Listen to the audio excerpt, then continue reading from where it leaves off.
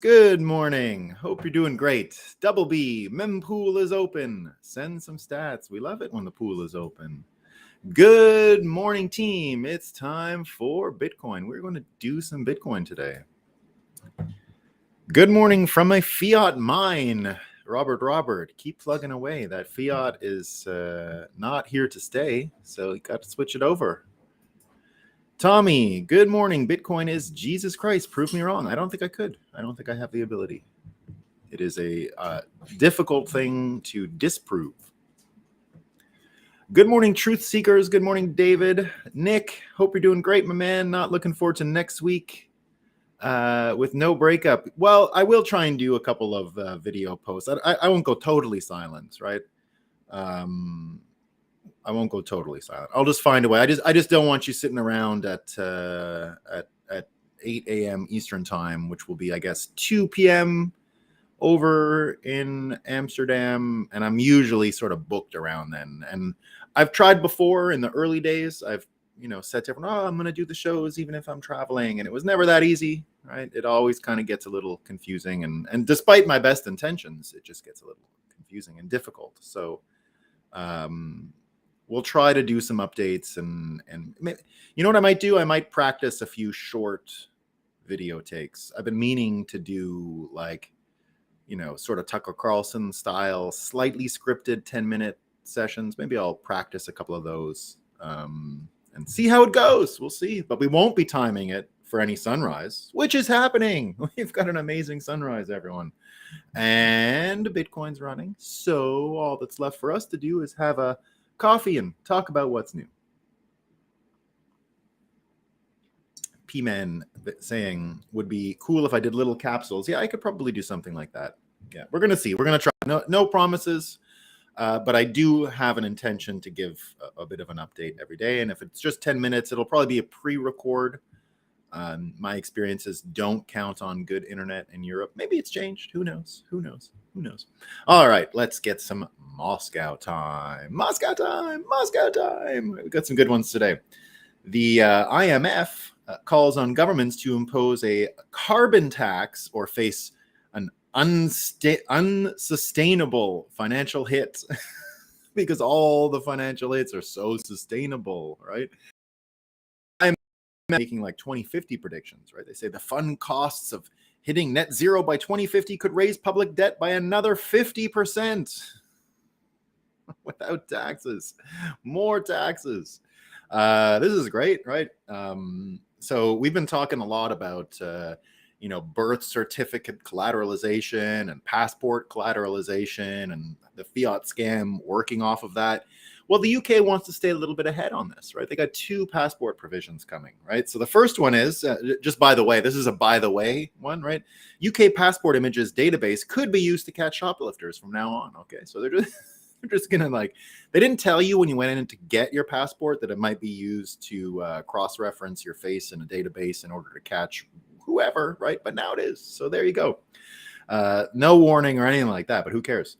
The next one's pretty good too. This is also for people from the UK, right? So this is not only is the picture going to be used for crime investigation, a travel firm has also warned that holidays could start being tied to carbon passports. So they're starting to tell everyone that in the UK right now, that there's going to be a carbon passport. It's called Intrepid Travel, right? And they're saying that many popular destinations face extinction, they say, right? So I guess they mean Barcelona faces extinction, maybe Barbados, where I live. Who knows, right? Who knows what they're talking about?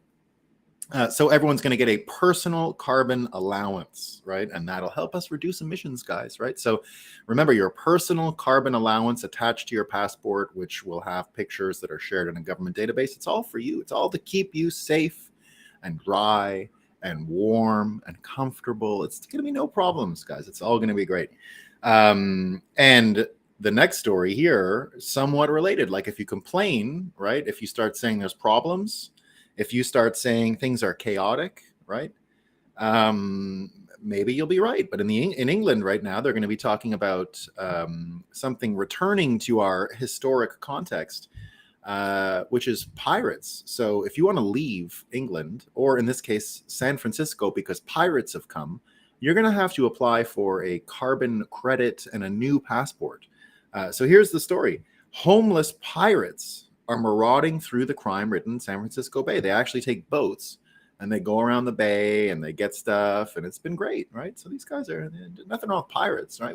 We had gotten rid of pirates for 100 years or something, but it's great. They're back. Come on, pirates. We missed you. We missed you, pirates. We didn't have anyone. Remember that fake news story yesterday that Politico, right? Like truckers, Nazis, Trump supporters, Nazis, right? Everything's easy, but it's complicated, right? It's complicated when it's people from the Ukraine Waffen SS. So remember the article yesterday, they're sticking to it. Politico has gone further, right? So it's not just it's complicated about the Nazis in Ukraine. Now it's a lie can make it halfway around the world before the truth even gets its boots on. And the ongoing turmoil over Canada's parliament recognizing former SS trooper Hunka highlights by one of the most important reasons why fighting against the USSR didn't necessarily make you a Nazi, right? So this is the same story we're talking about yesterday, but they're sticking to it. And readers just wanted everyone to know that the Waffen SS members had to swear allegiance to Adolf Hitler and the Nazi regime, right? Which would necessarily make them Nazis, right? That's the community notes that got put in. What I think is also great is that now they're asking me to register with, they're asking me to register with the CRTC, the Canadian Radio Telecommunications Commission, because I have, this is a podcast, so podcasters have to register in Canada now. Luckily, I don't give a shit and will never comply and don't do anything in Canada, and they can, seize my bank account again, right? Who even uses that dog shit anyway? So they could try that again, right? Maybe. But what I love is just the idea that all of this registration is for regulation to keep us safe from Nazis online and Nazism. And I love the argument that they can't even find a Nazi in their own room, but they're going to find them all for us, right? They're going to make sure that there's no Nazi type stuff for everyone else, right? So the guys who can't even keep a Nazi out of their room is going to keep, all Canadian eyes and ears, Nazi free. Now, this was the best one from yesterday. This is the best Moscow time from yesterday. It is really, this is Canada's future, right? Canada is one of the great shithole countries of all time. I said that, that's how you can tell a lot of these libtards can be racist. Remember when Trump said shithole countries? Remember they gave him a whole bunch of trouble for that? He's like, why do we keep getting people from shithole countries, right? And everyone just assumed, oh, he's being racist, right? He's being racist. Well, I said, I think I was living in the United States at the time, and I said, well, I come from a shithole country. I thought he was talking about me, right? I thought he was talking about Canadians. Like, why did everyone assume he was talking about? Because that's how you can tell. They literally just projected their own thoughts. Everyone who criticized Trump for saying shithole country immigration, right, that the source countries for American immigration were all shithole countries, they just projected their racism into the conversation. It has to be, because he never said any countries, right? It's up to you to decide. I said, well, it's true, maybe he doesn't want me to come, but I had no choice. I come from a shithole country, and I had to move there, right? If I didn't move out of Canada, or conceptually move out of Canada, I would be toast by now. Toast, finished, right? Finished. Luckily. All right, so this is the best Moscow time of the day I can find. You might have already known what it is, right? It's the fella in Germany. You guys saw this? Someone criticized a political leader for being, a little bit of fat shaming. We don't do that, right? We're not fat shamers around here in the Breakup, right? We're not into fat shaming, right? So, we don't like when people call another person fat or anything like that, right? But it's a separate subject because we're getting into censorship. So here's the headline. This is an actual headline in the news today. Swiss LGBTQ groups praise the jail sentence for a commentator who called a journalist a fat lesbian. Writer and commentator Alan Soral lashed out at journalist Catherine Mackerel in a Facebook video 2 years ago, calling her a fat lesbian who was unhinged. What happened 2 years ago? Yeah, we aren't fat shamers, but we will defend people who have to fat shame from time to time, right? I mean, is it so wrong to criticize Chris Christie for his weight? Is it so wrong? Now, we're not fat shamers, right? I don't think you should go around doing it. Trump does it. It doesn't look good when Trump does. I'll honestly be honest about that. When Trump criticizes, it's some of the few times where I go, "Oh, Trump, I don't know. Like that's not great, right?" Um, Now, I'm usually wrong when I do that to Trump, right? I'm usually wrong. I've learned my lesson. I laughed at his NFTs last year. Stupid. I was wrong. So I've learned my lesson to not necessarily criticize Trump for various things, or at least think I know better, especially when it comes to attention and arguing and debating and things like that. But I do, I do think he's absolutely wrong with the fat stuff on Chris Christie. Part of his voter base just doesn't like it, right? And the truth is, a lot of Trump's voters are, it's happening, right? So anyway, indeed, Jevi is correct. We are, and I also want to add, Jevi mentioned, and I missed it in the opening remarks, right? He's wanting to know who are space dropping today. Might come up. We might be talking about some. Might be talking a bit about that, right? But what if, what if they're yeah. I mean, look, it's the way I think about it is we all have our kind of weaknesses, I guess you could say, right? There's all things we want, and like I said, there's no real logic. Like all these things where it just need more discipline, right? I don't know if that'll really help for people who are overweight. It's not just about discipline. Some people want things a little more. All we are is a collection of things we want and things we're afraid of. There's no real logic or discipline. None of these things are real, right? There's no such thing. So it's what you want and what you're afraid of, and that's about all that's going on in there, right? What you want, what you're afraid of, and you'll rationalize and do anything you can to put one of these two at the forefront. And some people just like food more than others. It's no trouble for me. That's why I don't understand it, right? So there you go. And yes, Jevi is completely correct.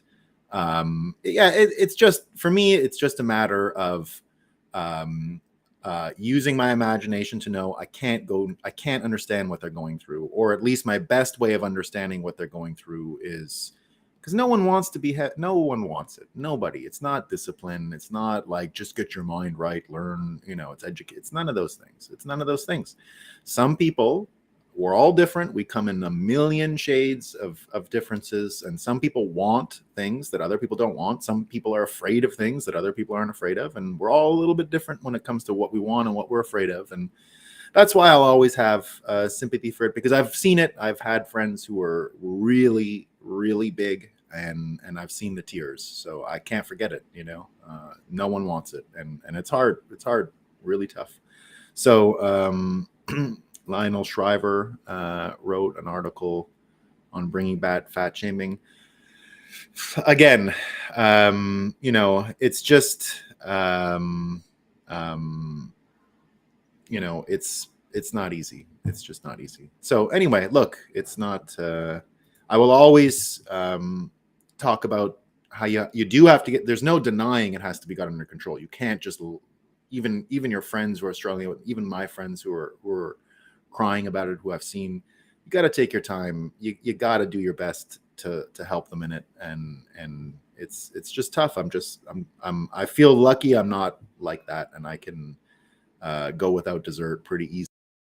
But anyway, we'll talk about our main theme for the day is a little bit about this. It's about the fiat mines that are about to get blown, right? And I love that Where Do I Sats has put this speak no evil. Sorry, I thought it was that, but basically, I do want to talk about those senses, because here's the thing, and that's why we're going to talk about the fiat mines getting blown. Here's the thing. We've got all these senses, we've got all these capacities. Every human, we can see, we can hear, we can touch, we can smell, right? All of these things, really important ways that we navigate the world. And one of the things that fiat has done is that it has dulled all of these senses, right? people can't see, they can't hear, because there's interference, there's obstacles, because we can't always understand people's motivations. That's how things become hidden. That's how things become secret. That's how things are suppressed. And we're living in a world where we do have these top-down structures that are still there doing literally that, right? We've talked many times, that's what we talk about all the time here. The news is really just to keep you from the news, right?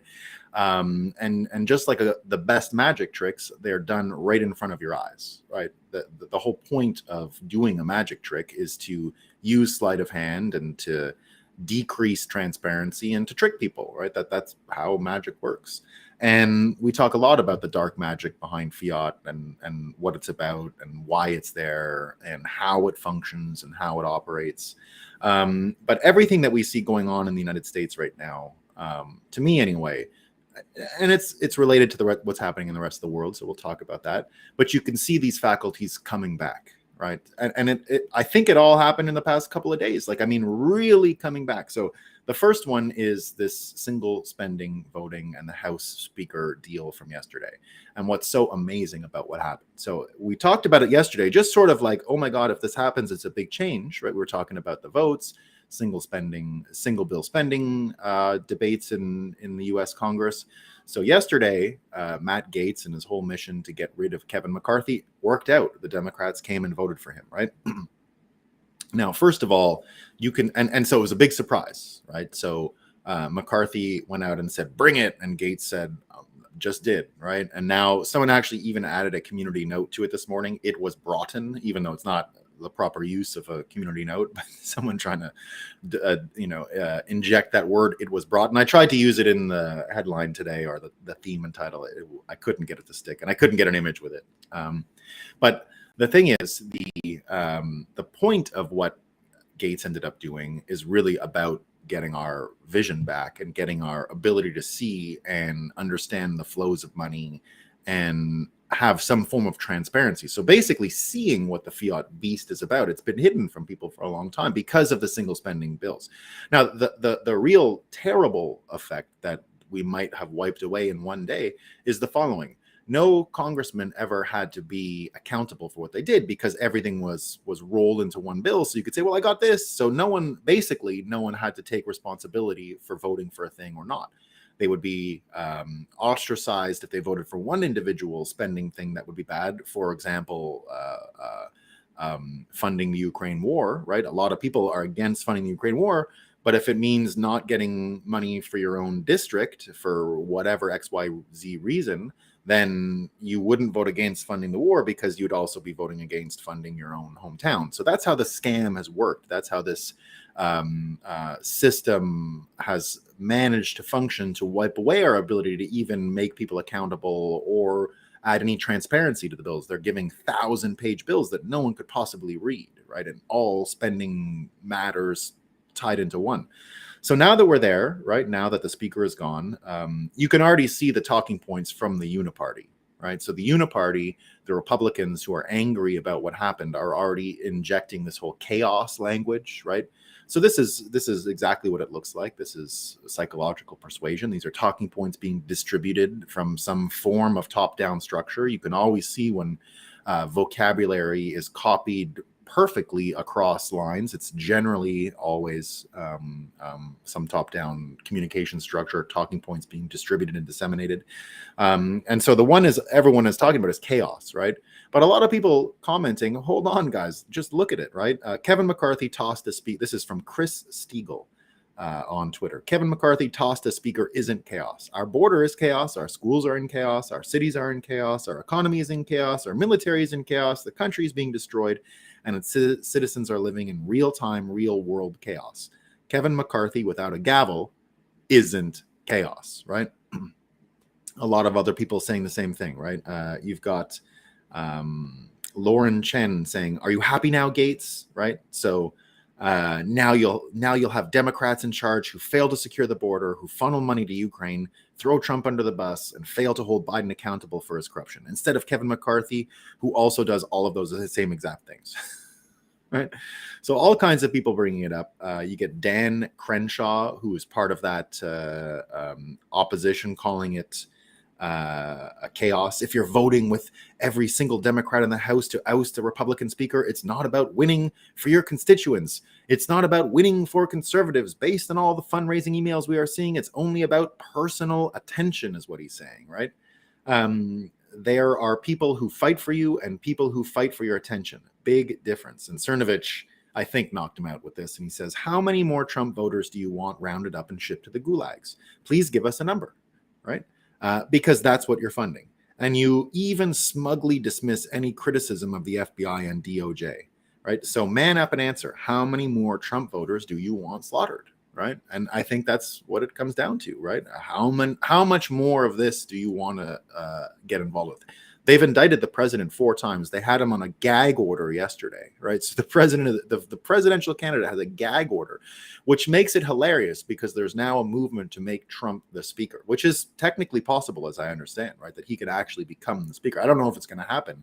It looks like they're going to take a week-long break. So Patrick McHenry, one of the Bitcoin congressmen from North Carolina, who we love, right? We're big Patrick McHenry fans. He's the speaker pro tempore now. And he is there to conduct the vote for the next speaker. And Gates is already asking this week now, so everyone's on break. But Gates is trying to get them to stay in DC in order to choose the new speaker.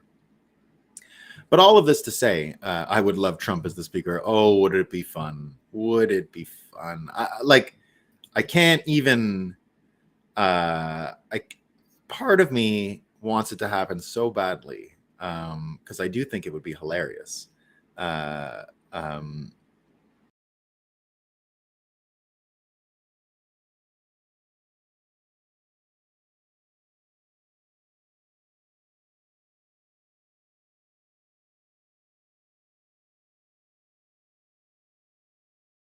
Let me know if I'm which stream is having trouble here.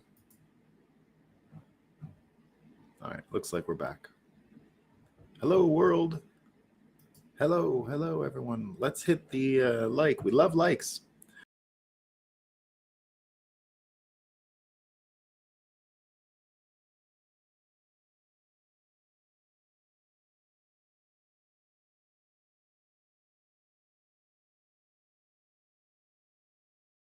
I can't tell which one. All right. I can't tell which stream has trouble. That's why I stopped. Looks good here. Okay, good. Uh-oh, your Starlink basic. No, I got losing you on YouTube. Okay, yeah. Breaking up on YouTube. Mine was buffering. The breakup is breaking. Okay, yeah. I'll just give it one second. The breakup is breaking up. YouTube bad. No, so I've got I don't have Starlink basic.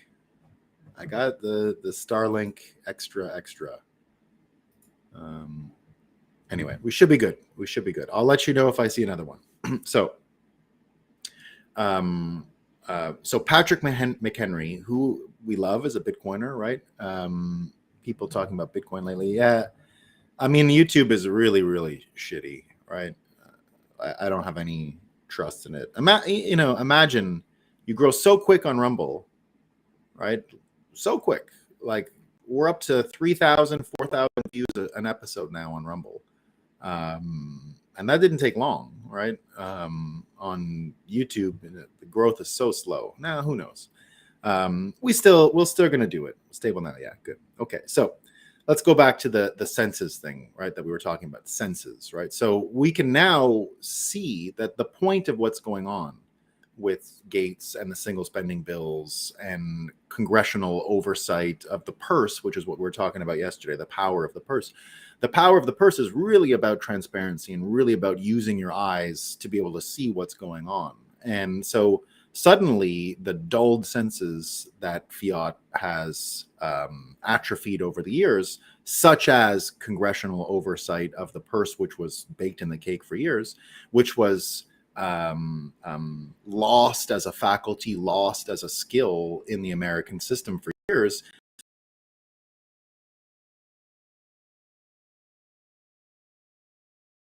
I think ability. the ability to see is going to have a big effect, right? So now it's not just see, the speaking is also there, right? And something big happened yesterday that I'm not sure everyone noticed, but I'm going to tell you what it was because it is amazing. So yesterday, the state of Missouri, right? The state of Missouri, the great state of Missouri, the Attorney General of the great state of Missouri has sued the federal government for, and this is related to that 5th District Court question, right? The 5th District that was that managed to get an injunction against the federal government. That managed to get an injunction against the federal government in. Let's see where I have it. So they managed to get an injunction against the federal government. The federal government appealed, so they were going to start censoring Americans again, right? So that was the background. Now, the Attorney General of the great state of Missouri comes out, right? His name is Andrew Bailey, named just like that Bitcoiner down in Singapore. And he says, we've just attained an injunction against CISA, an agency within the Department of Homeland Security that blocks them from violating the First Amendment rights of millions of Americans. So this is a state attorney general, right, suing the federal government or getting an injunction against the federal government here. The order also applies to the White House, Surgeon General, the CDC, and the FBI. Right? If you don't remember, he says the Fifth Circuit already handed down a court order blocking the Biden administration from silencing disfavored viewpoints. CISA, the Cybersecurity and Infrastructure Security Agency housed in the Department of Homeland Security, DHS, was originally not included in the Fifth Circuit's order, right? If we filed a motion asking the Fifth Circuit to include CISA in their court order blocking further First Amendment violations. It was granted. CISA is the nerve center of the vast censorship enterprise, the very entity that worked with the FBI to silence the Hunter Biden laptop story. When it comes to defending the Constitution, Missouri doesn't back down. Joe Biden has promised to appeal to the United States Supreme Court. We look forward to defending your First Amendment rights at the nation's highest court. This is how America was intended to operate. You understand that, right? This is what has been lost. And of all the things that can pave the way for Bitcoin, we're seeing two of the most important things happen before our eyes. Power of the purse for the Congress and the ability to get transparency from the bottom up is the direction we need to be heading in, right? And now Americans being able to speak suddenly again, right?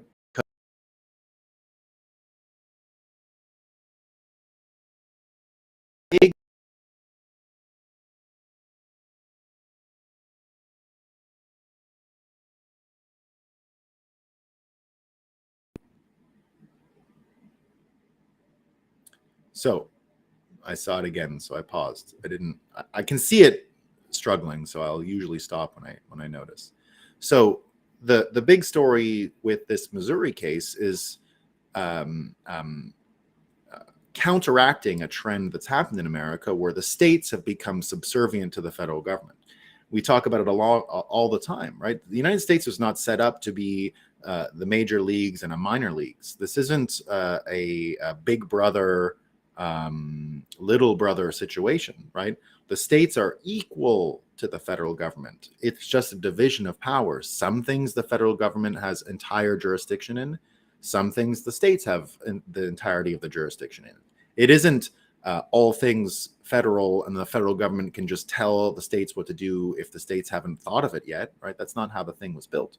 So it was designed so the states are like countries, individual countries. That's why each state has a secretary of state, right? Each state has a secretary of state. Each state has relations with the other state the same way that countries have relations with each other. They use international law to manage certain commercial issues between states, right? Quebec, in our own Napoleonic code, treats every other province in Canada as a foreign country, and that's pretty much across the board. So now the division of powers are absolute within a federation. So the power of military, for example, right? The U.S. federal military, that's the federal government's own thing. The states have militias and things like that, but not the same equation, right? there are federal powers that allow the government to muster an army, I think, anyway. I don't exactly know that. There's probably crazy shit that went on in the Civil War that probably changed the way it was supposed to be calibrated from a military point of view. But I am not a historian of military federal laws in the United States, so don't quote me on any of those. But the point is, back to the census. We can now see, as of this week, transparency with government spending much more than we've ever had. And now it looks like, anyway, because of states' rights, we're going to be able to speak, right? So that's pretty good.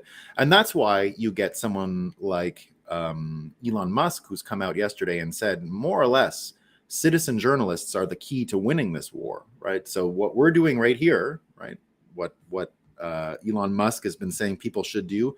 Elon came out and said that people should, let me see the exact quote. He tweeted this just today, saying that if everyone, or if more people went on X with a camera and really tried to tell stories and things like that, we could be sewing up this world war in no time at all.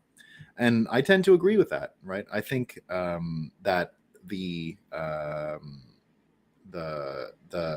point that Elon is getting at here is that mainstream media working for all these CISA type things, doing the brainwashing, doing the manipulation, running the psyops, that only works if people are indeed blind and also can't compete, right? But now that you can actually compete, now that there is a more direct path to increasing your freedom of speech, more people can follow it, right? And the counter to that, this piece on the news and its ability to run cover, we're getting it exposed more than ever. And this is the hearing part, right? What you actually hear. So vision is coming back when it comes to transparency.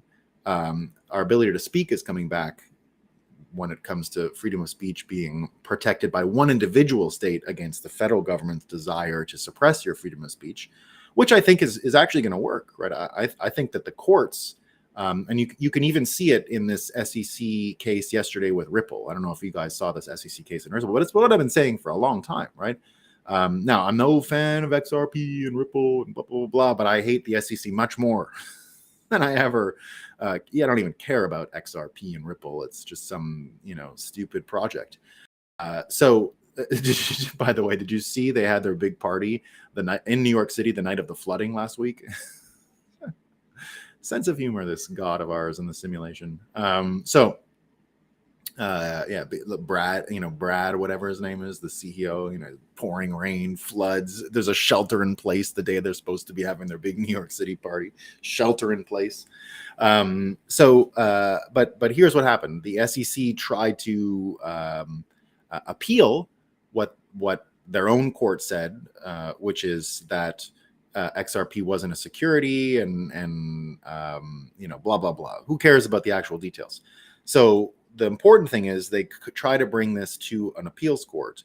And now we're dealing with a real court, not an SEC in-house adjudicative body that might not even be constitutional, which is the next big thing I'm waiting to drop the operation, any form of compliance and enforcement from the federal government that cuts out the court system. So yesterday, the SEC got a rejection from a court saying you have failed, like you've done nothing. Whatever you're arguing here is garbage. And so this is another one of those examples of a court looking at a federal enforcement body and saying, you guys aren't doing your job properly. This is the same as we're seeing across the board in the legal sphere and in various other corrupted federal departments that are acting like judiciaries, like judge, jury, and executioner type of thing. And so when you see this, when this stuff happens, and what might continue, right? This is just a harbinger of what might come. I'm not saying it is. They're unrelated. The Jarkissi case, which will look at all administrative judges within the federal government, not the federal judiciary, not the separation of powers to the court system, which is totally different, right? The SEC's own court is an in-house court. It is not part of the separation of powers, which is why it's probably unconstitutional. It doesn't adhere to the separation of powers. And the reason why it's a problem is because normal courts are supposed to be able to speak the language of these tribunals. They're supposed to be able to apply the law. And if it becomes too complicated that a normal court can't understand what's going on, that's the reason why you're not supposed to do it, right? And that's the place we're in. That's the place we're in. That's why the courts are saying here, like, this is our interpretation. You know, you guys stick to your interpretation, and it doesn't matter because if you go so far estranged from reality with an inside baseball type. So for the non-Americans around here, inside baseball is an expression Americans typically use for talking about something like in a niche group, right? If you're getting into the details, say if we had a sudden, what we're going to talk with CK mentioning here that we've got a show coming up at the top of this hour for Bitcoin stuff. Of course, there's we're going to be talking about Prometheus. It's sort of a scaling idea, right? It's kind of inside baseball. It's like the technical fringes of Bitcoin. That's one thing we're going to be talking about. So, that's just an expression, inside baseball, in case you don't know. So the inside baseball part is what the courts were complaining about, right? It shouldn't be inside baseball to a court. They should be able to understand what's going on. So that's a big part of what's going on. So now think about it, right? This is Ben's talking about citizen journalists and the cover or the blocking that the normal media does. So this is his prediction, right? He says, they have to kill me because I'm spilling their secrets. Now this is the we've seen the transparency, right? Eyes coming back, vision coming back, seeing the flow of money. We're able to speak, right? That's the states' rights thing. But this is the hearing part, right? This is the hearing part.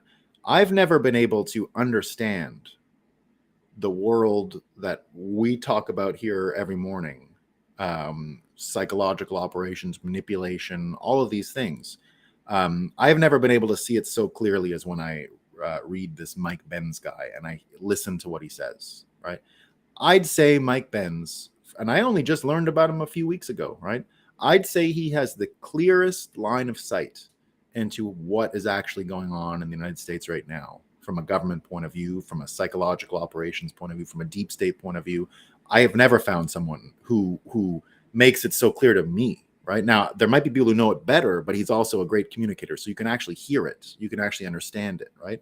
So here's what he says. His prediction is they're going to have to kill me because I'm spilling their secrets. Here's how it'll go. He says, first, they'll flood with hit pieces on bullshit rhetoric grounds, which is already happening, right? He's being called, a so-called conspiracy theorist, an alt-right person, all these kinds of insults, right? Then he says, then they'll flood with lawsuits on bullshit tort grounds, right? Then they'll flood with charges on bullshit criminal grounds. Bookmark this. So he says he's going to become an enemy of the state, right? Because, and even if you remember that movie, Enemy of the State, it looks like everything, it was a movie in the 90s with Gene Hackman and Will Smith. And the stuff Gene Hackman was talking about at the time seemed crazy. But it looks like it was all true. It looks like they already had a device that was able to recognize voice and intercept voice from anywhere.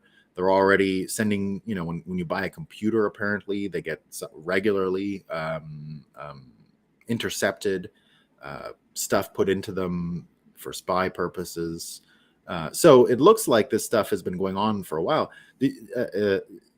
Funny enough, it's called COINTELPRO, COINTELPRO. I thought it was the name of like a crypto magazine at first or something. But it's COINTELPRO, which is this system they use, which I've learned about from Mike Benz and Mark Dice. So, Mike Benz has been underlining, for example, Australia. This one's for Nick Azar.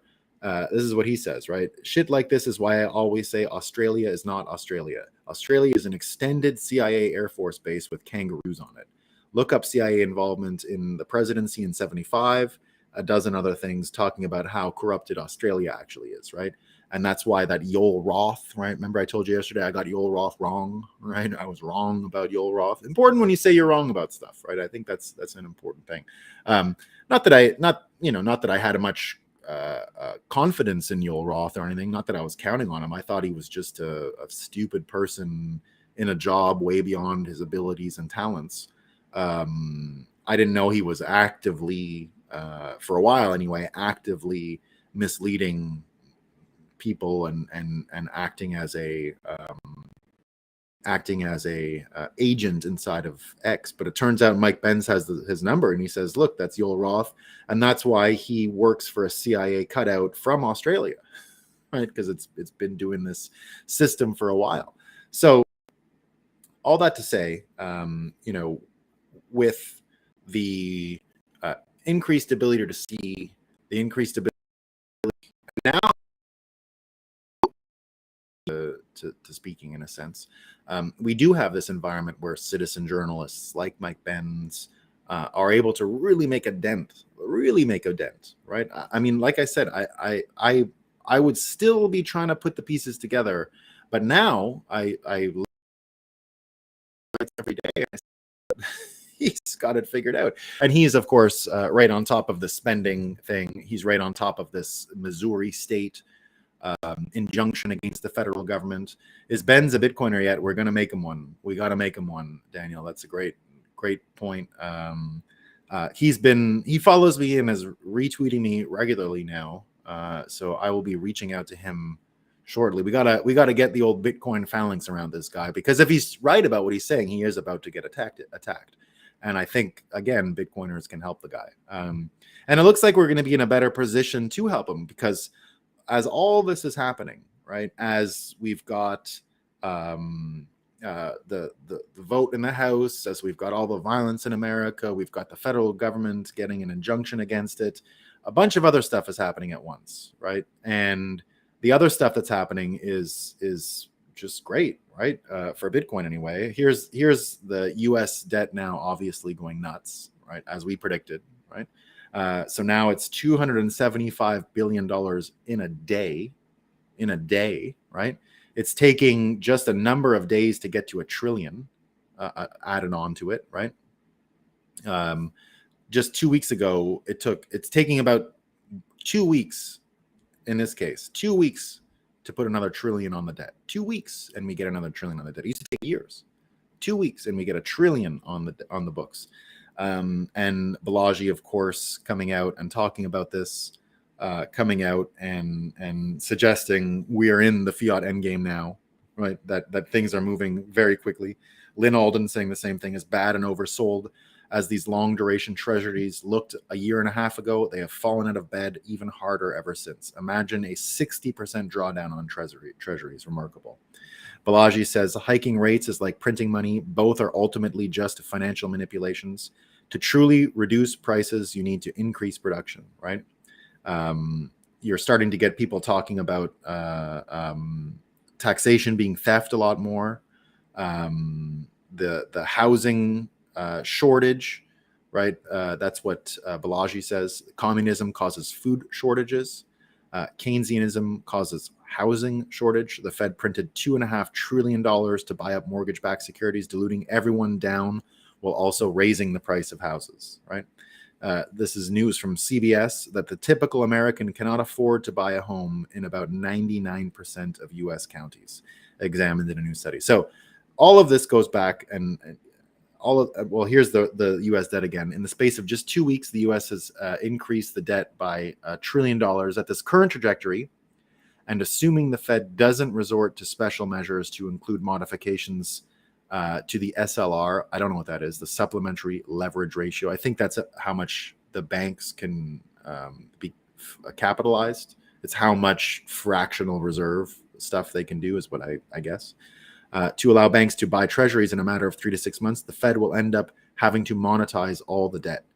Then that will signal the commencement of the relatively short final leg of the journey, which will see the end of the fiat monetary experiment. And luckily, we have the ability to talk about it. We can hear it. The people who want this are out there talking about it. And so Bitcoin is entering a point now where the confidence in this structure, right, the treasuries and high quality liquid assets and all that, is way down, right? The institutions that believed the federal government are about to pay the price for believing them.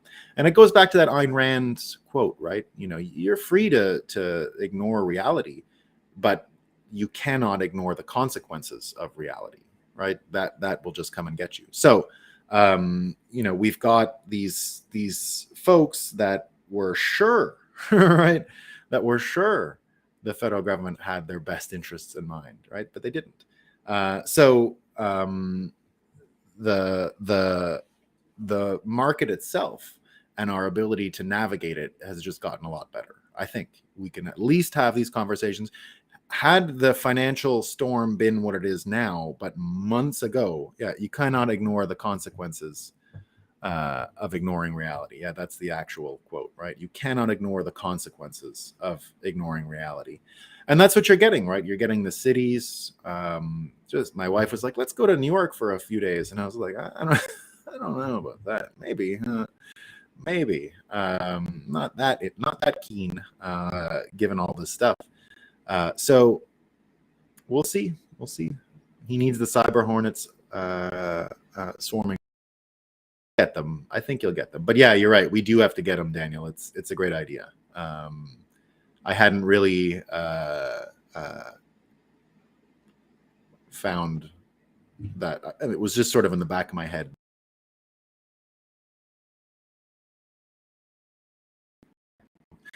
Whoops.